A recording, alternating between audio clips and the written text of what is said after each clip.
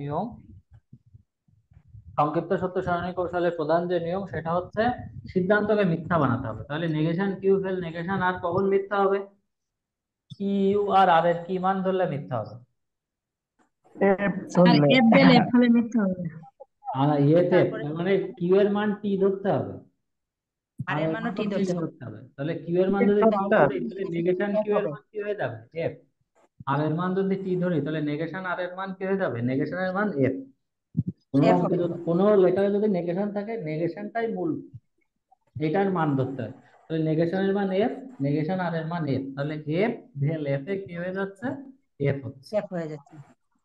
এখন কথা হচ্ছে আমরা কোনো জায়গায় কোনো একটা যুক্তিতে একবার যে মান ধরবো সেই মানটাই কিন্তু আমাদের অন্য জায়গায় যদি সেই লেটারটা থাকে তাহলে সেটা বসাতে হবে। এখন দেখো এখানে প্রথম বচনটা দেখি পি কিউ পি, এখন পি এর মান নাই আর কিউ আছে, তাহলে কিউ এর মান কি ধরেছে? টি ধরেছে। তাহলে প্রথম আশ্রয় বচনে কিউ এর নিচে টি লিখলাম। আর এর মান কি ধরেছি? আর এর মান টি ধরেছে। আচ্ছা, কিউ এর মান কি ধরেছি? কিউ এর মান আমরা টি ধরেছি। তো কিউ এর মান যদি টি ধরি তাহলে নেগেশনের মান এফ হয়ে যায়। এখন আমরা অপেক্ষাকৃত সব থেকে সহজ বচনটা দেখব। সহজ বচন হচ্ছে দ্বিতীয় নাম্বার বচন।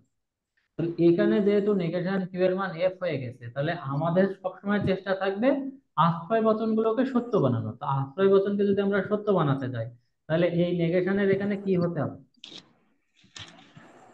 বলতো কি ট্রু কি হতে বলতে হবে হবে? স্যার। ট্রু যদি না হয়, যদি আমরা ধরো টি এর মান স্যার আমরা টি ধরলে কি সমস্যা?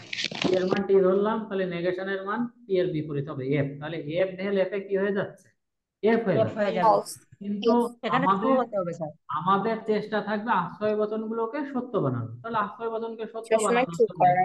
ঢেলের যে কোনো এক পাশে যদি ট্রু হয় তাহলে ট্রু, তাহলে টি এর মান যদি আমি এফ ধরি তাহলে নেগেশনের মান কি হয়ে যাচ্ছে? টি, তাহলে টি ভেল এফ এ কি হয়ে যাচ্ছে? ভেলের ক্ষেত্রে এক পাশে ট্রু হলেই ট্রু, তাহলে এটা ট্রু হলো।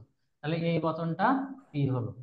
এখন দেখো পি এর মান কিন্তু এখানে তুমি এফ ধরে ফেলেছো, তাহলে এখানেও তোমাকে পি এর মান এফ বসাতে হবে, এখানেও এফ বসাতে হবে। এফ এমপ্লয়িজ টি তে কি হচ্ছে? টি। এফ এমপ্লয়িজ টি টি তে ট্রু। টি, তাহলে ট্রু। টি ডট টি তে কি হয়ে যাচ্ছে? ট্রু। টি হয়ে তার ট্রু। যাচ্ছে। মানে আশ্রয় বচনকে মিথ্যা, ওই সিদ্ধান্তকে মিথ্যা ধরে আশ্রয় বচন দ্বয়কে মিলিতভাবে সত্য বানানো গিয়েছে। তো তাহলে কি বানানো হচ্ছে। প্রদত্ত যুক্তিটি কি বৈধ না অবৈধ? অবৈধ। অবৈধ। হ্যাঁ, অবৈধ। প্রদত্ত যুক্তিটি অবৈধ। অবৈধ। এইবার নিজে কি লিখবা? উপসংহার টাংহার কিছুই না, ব্যাখ্যা। নিচে কি লিখতে হবে? ব্যাখ্যা। তুমি লিখবা যে সংক্ষিপ্ত সত্য সারণী কৌশলের মাধ্যমে প্রদত্ত যুক্তিটি বৈধতা নির্ণয় করার জন্য প্রথমে ফাঁকা ফাঁকা একটু ফাঁক ফাঁক রেখে আমরা আশ্রয় বচন দ্বয়কে প্রথমে বসানো হলো, তারপরে একটা দাগ টেনে সর্বশেষ আশ্রয় বচনের নিচে দাগ টেনে সিদ্ধান্তটি বসানো হলো। তারপরে সিদ্ধান্তটিকে মিথ্যা বানানোর জন্য কিউ এবং আর এর মান যথাক্রমে টি ধরা হলো, যার ফলে সিদ্ধান্তটি কি হয়েছে? মিথ্যা হয়েছে। এখন কিউ এবং আর এর মান আশ্রয় বচন দ্বয়ে থাকা কিউ এবং আর এর জায়গায় নিচে টি লিখি। আহ যেহেতু টি ধরেছে টি লিখি। এরপরে আমরা অপেক্ষাকৃত সহজ আশ্রয় বচন দ্বিতীয় আশ্রয় বচনটিকে বিবেচনা করে, দ্বিতীয় আশ্রয় বচনে অলরেডি এখানে এফ আছে সেহেতু পি এর মান এফ ধরা এটা দ্বিতীয় আশ্রয় বচনটি সত্য হয়েছে। তারপরে আমরা পি এর মান আমরা প্রথম আশ্রয় বচনে বসালে আমরা দেখতে পাচ্ছি প্রথম আশ্রয় বচনটি সত্য হয়েছে। এভাবে আমরা প্রদত্ত যুক্তির সিদ্ধান্তকে মিথ্যা ধরে আশ্রয় বাক্য দ্বয়কে মিলিতভাবে সত্য দেখাতে পেরেছি। অতএব প্রদত্ত যুক্তিটি নিঃসন্দেহে সন্দেহাতীত ভাবে অবৈধ। অবৈধ। ঠিক আছে। স্যার এটা ব্যাখ্যা আমার কাছে আছে।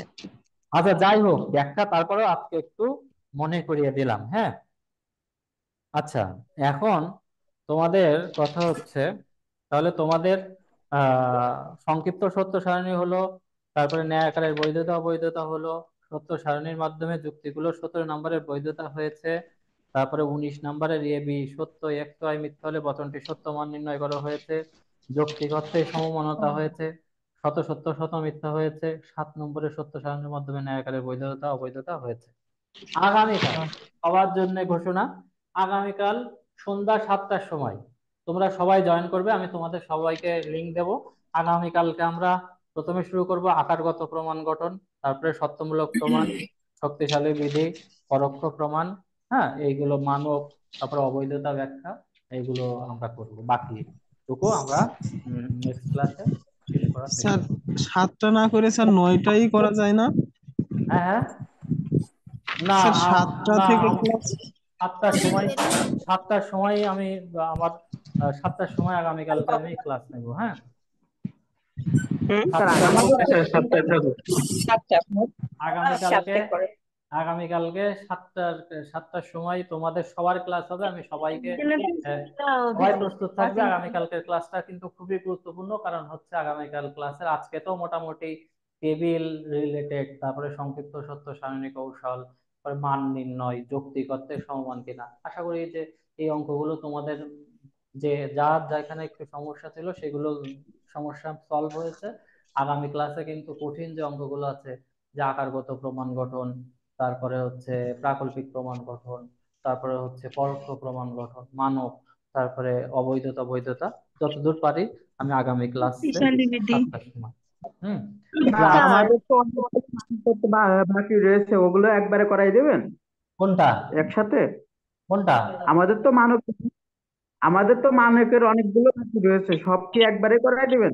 না, তোমাদের রোদের তোমাদের 11 পরে, নং।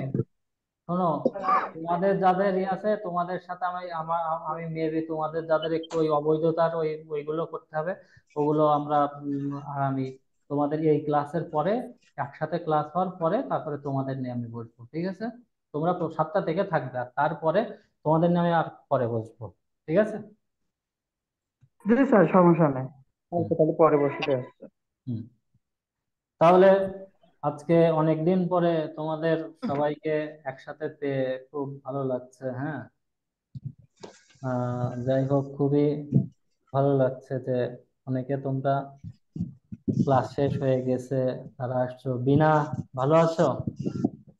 বিনা, আদাব স্যার, তারপরে ভালো আছেন? হ্যাঁ, আজকে তো তুমি মোটে কথাই বললে না।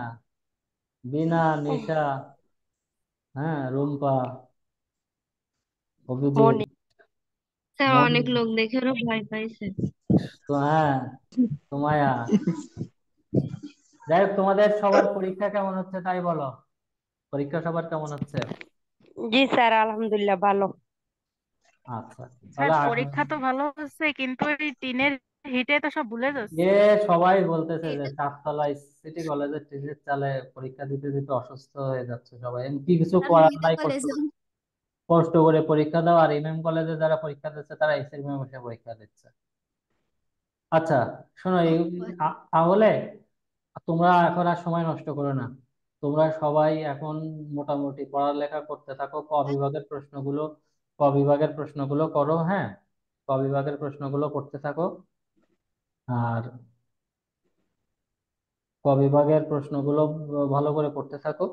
আর অঙ্কও করতে থাকো। যদি কারোর কোনো অঙ্কের সমস্যা থাকে, আমি আগামী ক্লাসে সেগুলো সলভ করে দেওয়ার চেষ্টা করব। ঠিক আছে, তাহলে আজকের মতো ক্লাস শেষ করে দিই। হুম, আর স্যারের কথাটা তো বলো তো, ছোট ভাইদের সাথে, ভাই বন্ধুদের সাথে বলো যে স্যারের কাছে আমরা হ্যাঁ পড়ি, স্যার। পড়াই। হ্যাঁ, আচ্ছা, হ্যাঁ স্যার। বলতে হবে তো, তোমাদের কথা বলতে হবে। তোমরা না